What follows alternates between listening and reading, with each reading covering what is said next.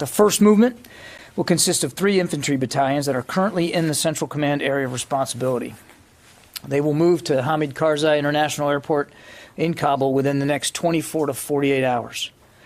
2 of those battalions are United States Marines, and 1 is a U.S. Army battalion. The next movement will consist of a joint U.S. Army Air Force support element of around 1,000 personnel to facilitate the processing of SIV applicants. Initial elements of this movement, of this element, will arrive in Qatar in the coming days. The third movement is to alert and to deploy 1 infantry brigade combat team out of Fort Bragg to Kuwait, where they will be postured and prepared if needed to provide additional security at the airport. We anticipate those forces will reach Kuwait sometime within the next week. Now, I want to stress that these forces are being deployed to support the orderly and safe reduction of civilian personnel at the request of the State Department and to help facilitate an accelerated process of working through SIV applicants. This is a temporary mission with a narrow focus. As with all deployments of our troops into harm's way, our commanders have the inherent right of self-defense, and any attack on them can and will be met with a forceful and an appropriate response. As Ned Price, my colleague at the State Department, highlighted earlier, Secretary Austin did join Secretary Blinken in a phone call this morning with President Ghani. These conversations with allies and partners will continue to ensure close coordination going forward. And with that, we'll take questions. Bob, I think you're first. Thank you, John. Thank you for spelling out some of the, breaking down some of the numbers. With regard to those forces that are going into Afghanistan to work specifically on supporting the removal or evacuation or whatever you call it of personnel from the embassy, is that about 3,000 people? And also, is that in addition to the 600 or 650 who are already there doing that sort of work? Yes, Bob. Those 3 infantry battalions will comprise approximately 3,000 personnel, and they will be in addition to those troops that are already in Kabul as we conduct, as you know, in the process of conducting our drawdown. So we still have more than 650 troops in Kabul right now. These 3,000 will join them there. Can I do a quick follow-up? Sure. Thank you. Does the military mission include flying U.S. Civilian personnel, the embassy personnel out of the country, or only processing and securing them at the airport? Well, we certainly anticipate being postured to support airlift as well for not only the reduction of civilian personnel from the embassy, but also in the forward movement of special immigrant visa applicants. So we do anticipate that there will be airlift required of us, and we are working through the final plans right now to put that into place. Thank you. Yeah, Tom. Thanks, John. In regards to what you just said to Bob about the possible airlifting out of individuals, in regards to the special immigrant visa applicants, has it been decided yet where they will be airlifted to, and if so, where, please? We're still working through a series of options here, Tom. We anticipate that we'll be looking at locations overseas, outside of the United States, as well as U.S. installations that belong to the United States, either overseas and or here at home. We don't have, I don't have a list for you right now, but I think it'll be a mix of both. And as we get more clarity on that, we'll certainly update you. Just to be clear, will it follow the same criteria you outlined earlier? Those who have passed the security clearance could come within the United States, and those without other locations? I'm going to defer to my State Department colleagues to talk to the SIV process more specifically. Our job will be in locating and helping secure facilities and installations that can be used. And as we did with Fort Lee, I think you can expect the Defense Department will lean in to the degree possible that we can to help facilitate this movement and relocation. Thanks. David? John, will these infantry battalions help with the movement of diplomats from the embassy to the airport, as well as moving them out of the country? And if so, will that movement be done by convoy, or will it be done by helicopter? And let me just add one more question. Sure. You say temporarily, I do. but aren't they going to remain there in case further drawdowns are ordered? So let me take the first one first. These infantry battalions will be there to help facilitate this safe and orderly reduction. And I don't want to get into too much tactical detail about what that would require. Commanders on the ground will be working with the State Department to determine what's most needed.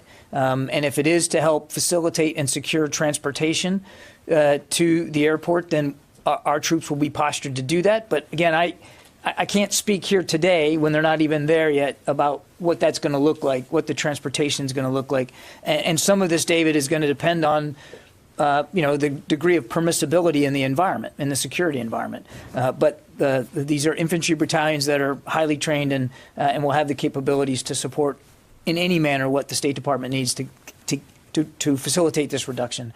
Your second question on the temporary nature, as the State Department has said, they're going to try to complete this reduction of their personnel by the end of this month. And these troops are being ordered in to help facilitate that purpose, that mission along that timeline. I won't speculate beyond August 31st as to what the footprint's going to look like or how many troops are going to be there and what they're going to be doing. What I can tell you is we're focused on trying to get them there as soon as possible to facilitate this mission, which is the reduction of civilian personnel by the end of the month. And one follow-up. Was there a specific event which triggered this decision? It would be wrong to conclude that there was one specific event that led to this decision. That we believe this is the prudent thing to do given the rapidly deteriorating security situation in and around Kabul. So I think there's a confluence of things you guys have all been reporting over the last 24 to 36 hours, the Taliban's advances and where they are. And I think, again, cognizant of that security situation, this administration believed that this was a prudent action to take. And one more math question. Yes, sure. 3,650, and then another 1,000 of this joint task force to process. So It's Joint Army Air Force. Yeah, that's about 1,000 personnel. It's engineers, it's medical personnel, it's military police, that kind of thing. And they are going to Qatar right now because, as you know, we've been working with countries in the region, to Tom's question, to try to find processing sites outside Afghanistan. So I would just tell you they're going to Qatar for now, and then we'll see what the need is after that. But we want to be flexible, and we want to get them close by and in the region, and that's why they're going there right now. Courtney. And then there's one infantry BCT that's going to Kuwait, you said, and that's only if things go bad, you have like a QRF basically, right? They'll be there postured as prepared. If there's a need for additional security at the airport, they'll be in the region and a lot more accessible. Okay, so, and then the ones who are going to Qatar, that's specifically for SIV applicants. I mean, it sounds like engineers, medical, and MPs, they're going to, it sounds like to build. No, when I say engineers, I'm actually, we're talking about a very small number of engineers, and it's largely for electrical power. Okay. It's to make sure that we actually have, power to do the processing of applicants. I don't, by engineers, I didn't mean construction and that kind of thing. So in the BCT going to Kuwait, that's like what, roughly 3,000 to 3,500 people, right, total? A common infantry combat brigade is about 3,500 to 4,000 people. So why is it, I'm unclear why, so it's 3,000 people who are going to HKIA right away in the coming days, and then you have another 3,500 who will be there on standby in case all for security. I'm unclear on what they're doing. I mean, if the 3,000 going to HKIA, it's like a couple of miles from the embassy to HKIA. What exactly are 3,000 people doing? Are they just there securing the airport then?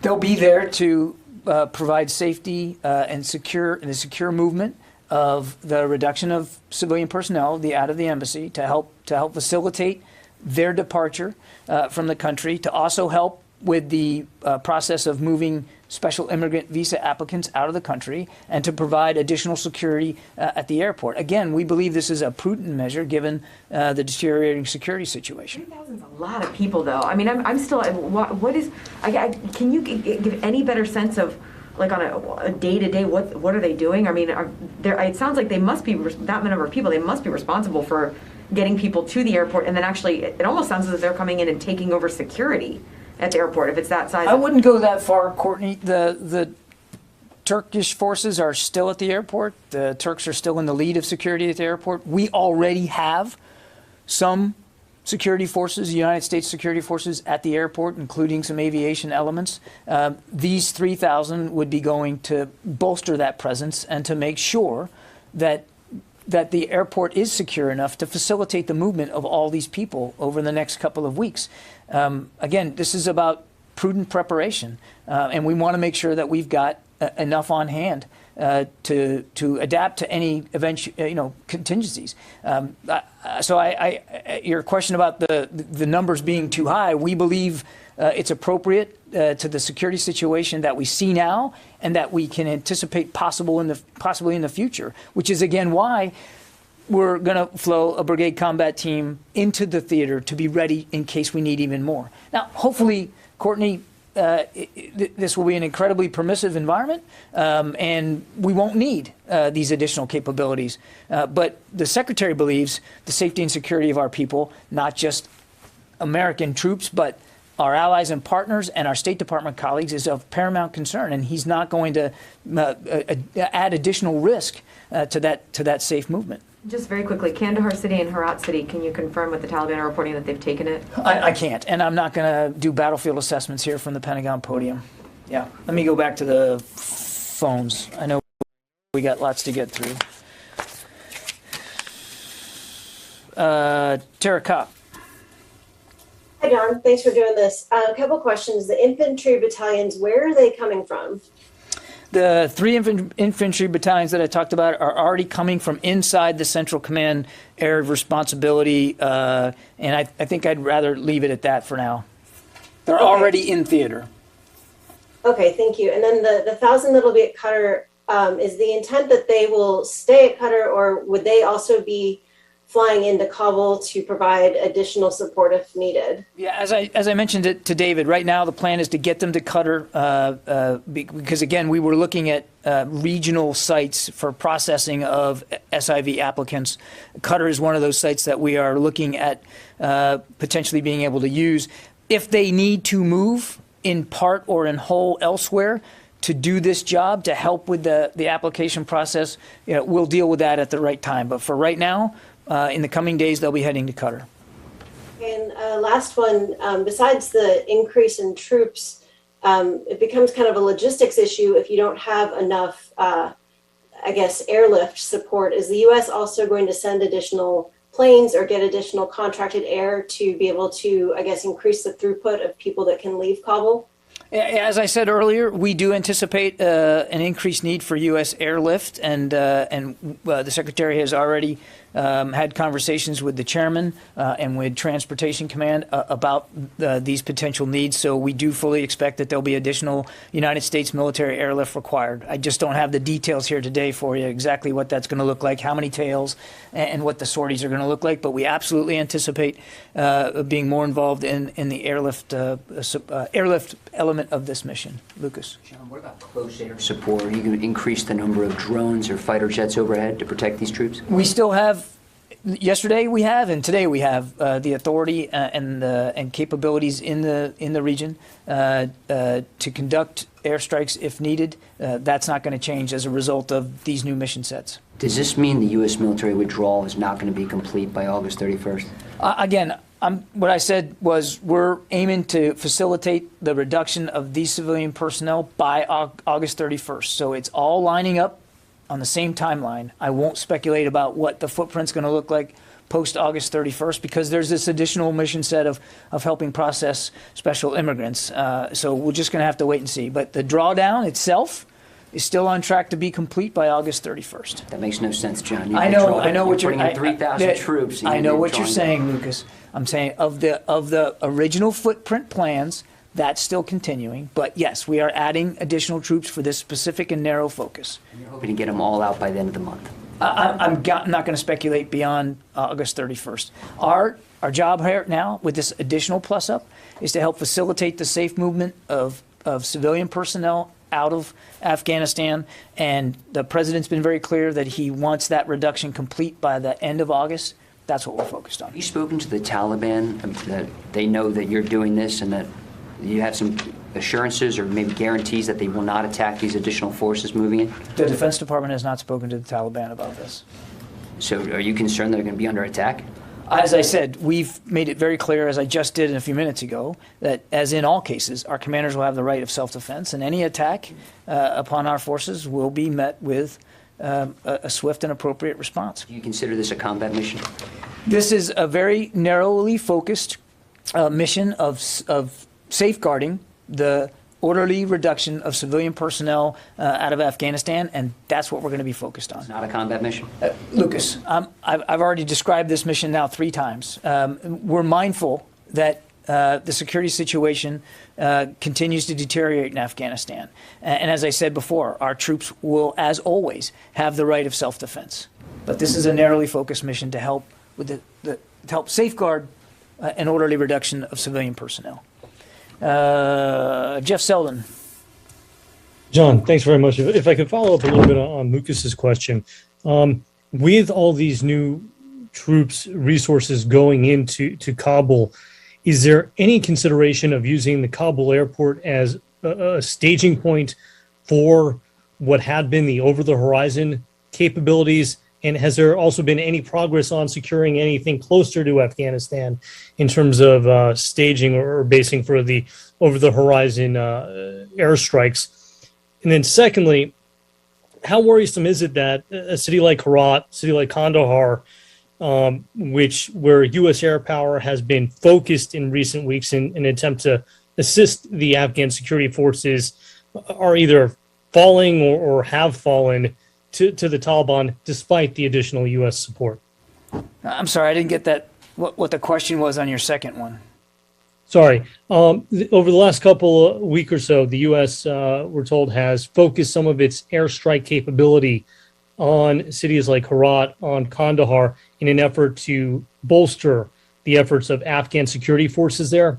How worrisome is it that those cities appear to be falling or have fallen into Taliban hands, despite the fact that the U.S. has focused what capabilities it has on those areas? Well, obviously, no one's pleased to see that the security situation in Afghanistan continues to deteriorate and that the Taliban continues to act as if they believe the only path to governance is through violence and brutality and oppression and force, contrary to what they have said previously at the negotiating table. So, of course, nobody's happy to see that. And as we've said before, Jeff, with these airstrikes, we would provide support to the Afghan National Security and Defense Forces where and when feasible, with the expectation and the knowledge that it's not always going to be feasible. As to your first question about the airport, there is no planning and no discussion of using Hamid Karzai International Airport as a base for conducting airstrikes in and around Afghanistan. There is a small aviation element at the airport that is rotary based, and it's for the facilitation and logistics and movement and that kind of thing. Yeah, Mike. John, you have 3 battalions there at the airport, brigade there in Kuwait, troops in Kuwait. Who's in charge of this? Well, what's the chain of command? Do they report? Is there somebody in charge of the collected military effort, or do they report to the embassy security officer, the RSO, or? Well, as we said, we have Rear Admiral Vasely, who is in Kabul and has been placed in charge by General McKenzie to be the commander of U.S. Forces Afghanistan forward. Okay. Ashley from Janes. Yes, hi, John. Just to follow up on some of the other questions, in addition to any additional aircraft, is there additional equipment that these 3 battalions are going to need? And then could you just sort of walk us through how you arrived at the need for 3,000 additional troops?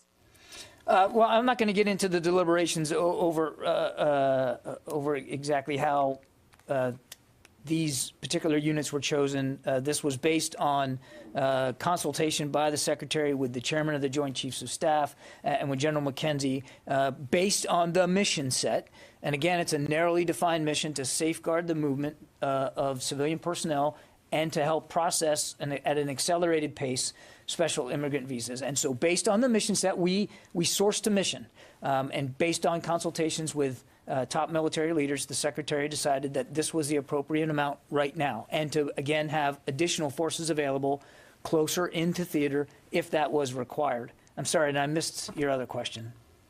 In addition to potential aircraft being sent into the country to help with the evacuation, is there additional equipment being sent in to help with transportation or anything else at this point in time? Well, as I said, we anticipate the use of additional military airlift as required, and we're working through the requirements for that right now.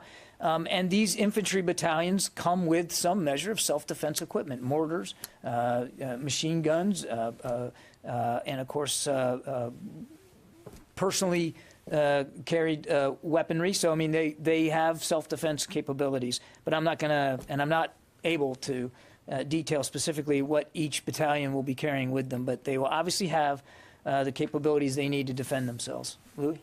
John, one term that we've heard in the last couple of days is a NEO, non-combatant evacuation operation. Sending 3,000 personnel, another 1,000 in another country, 4,000, I mean, another 3,000 to inside. I mean, that's a significant number. Is this a NEO? And if not, why are you not calling it that? We're not classifying this as a non-combatant evacuation operation. We are, as I said at the very beginning, this is a very narrowly focused temporary mission to facilitate the safe and orderly departure of additional civilian personnel from the State Department, and to help the State Department colleagues accelerate the processing of SIV applicants. We are not classifying this as a NEO at this time. Or just follow up. I mean, there's a certain irony here that the drawdown was for 2,500 troops, and you're sending in an additional 3,000 to get out civilians, and ramping it up super quick. And on top of that, another 3,500 in Kuwait. I mean, what is the irony here? For people who might be asking, literally, isn't this ironic that in order to get out the 2,500, you're having to ramp up significantly? No, I don't see. I don't share your view of the irony, Louis. This is a very temporary mission for a very specific purpose. That's a big difference than saying you're deploying for 8, 9, 12 months, forces to stabilize and secure Afghanistan, which we've been doing for the last 20 years. This is a very narrowly defined, very temporary mission. Last one. So once this very narrowly defined mission is over, there are only going to be 650 troops to protect the airport and the embassy staff? Once this mission is over, I won't get into specific numbers here, but we anticipate having less than 1,000 U.S. troops on the ground to support the diplomatic presence in Kabul, which we all agree we still want to be able to have. And I defer to my colleague, who's been very gracious. After 3 questions? Yes, thank you. Warren? Are you considering the need for even more troops if the situation continues to deteriorate? And to follow up on David's question, if there wasn't one event that led to this, what changed in the last 24 to 48 hours that's led to what appears to be an incredible acceleration of the plans to get out those the U.S. needs to get out? To your first question, no. I think we laid out pretty clearly that 3 infantry battalions on the way now, and a brigade combat team being brought over into the region as a reserve. So there's no plans right now for additional forces. And I can only say what I said before to David. I mean, there wasn't one precipitating event in the last couple of days that led the president and the secretary to make this decision. It's a confluence of events, and as I've been saying for several weeks, we have been watching very closely with concern the security situation on the ground, and far better to be prudent about it and be responsible in watching the trends to make the best decisions you can for safety and security of our people than to wait until it's too late. So we believe that this is not only the right thing to do, but that it's the right time to do it. At what point is the fall of Kabul inevitable? I wouldn't speculate, or I'm not going to speculate about hypothetical situations in the future, and I'm certainly not going to get into intelligence assessments from the But podium. clearly you think it's close if you're evacuating all these Americans. I'm not going to speculate about the future of Kabul, Lucas, and I'm certainly not going to talk about intelligence assessments. We believe that this is the right thing to do, and this is the right time to do it. And as my State Department colleague said earlier today, there is still a diplomatic presence in Kabul, and the intention is to maintain a diplomatic presence in Kabul. The Pentagon isn't talking to the Taliban. Is the State Department or any diplomats talking to the Taliban I'm not. right now? Well, we have a special envoy, Mr. Khalilzad, who routinely talks to leaders of the Taliban in terms of the pursuit of a diplomatic negotiated settlement. Informing them of this massive deployment? I would refer you to my State Department colleagues to speak to what Ambassador And why can't Khalilzad you is call doing. this a combat deployment? Because it's insulting for Americans watching this I right disagree, Lucas. I don't think that it's insulting, and I'm not sure I share that sentiment at all. This is now. Deploying into Kabul. You telling me that the Marines and the soldiers What that are I'm- about to strap it on go into Kabul, this isn't combat? Lucas, what I'm telling you is, and I've said it before, they will have the ability to defend themselves. They will be armed. Of course, they're going for a security mission.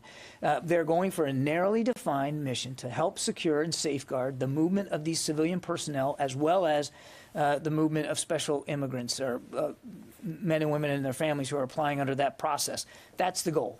It's not a combat mission? That's the goal. I'm being clear here. I'm responding to emails I'm getting from people in Afghanistan. This is a narrowly defined mission to, as you just said, for our diplomatic personnel and those in the SIV program. It is not for any other individuals who are not Afghans in Kabul who may have worked for U.S. agencies or who work for other governments. And the follow-up question is, at some point, without you speculating, this is a NATO mission. Is it possible that the U.S. could work with other NATO allies to evacuate other personnel? On your first question, Tom, again, I think I've characterized this mission appropriately, and I'm going to leave it at that. On your second question, this is a U.S. decision by the Commander-in-Chief to reduce civilian personnel and to have U.S. military personnel flow in to help with that reduction. So it's not a NATO mission. That said, we fully anticipate to be in close consultation with our allies and partners going forward. And if we can be of assistance to them, if they desire to make changes in their footprint, then the Secretary fully intends to make it clear to them that we'll be ready to help as needed. Thank you. Yeah. Let's see. Dan Lamothe. Yes, thank you, John. Can you clarify how this doesn't qualify as a NEO? And regardless of that, can you at least make it clear that if a NEO is needed because this speeds up, yet still you've got everything you need in place for one? Yeah, again, the purpose here is to help with the reduction of civilian personnel out of the embassy. That is not the same as a non-combatant evacuation operation where you're moving a massive amount of people who aren't necessarily U.S. government employees. It's a different operation altogether, and we're just not there. The other thing that we're going to be doing is helping the State Department, again, accelerate the process for special immigrant visa applicants. That also does not fall under the rubric of what would be a non-combatant evacuation operation. Jeff Schogel. Thank you very much. I know you're telling us as much as you can, and I know the Pentagon is committed to transparency. It is in that spirit that I ask, can you say where these infantry battalions are coming from? The New York Times is reporting the Marines are coming from a Marine Expeditionary Unit. Can you say which MU?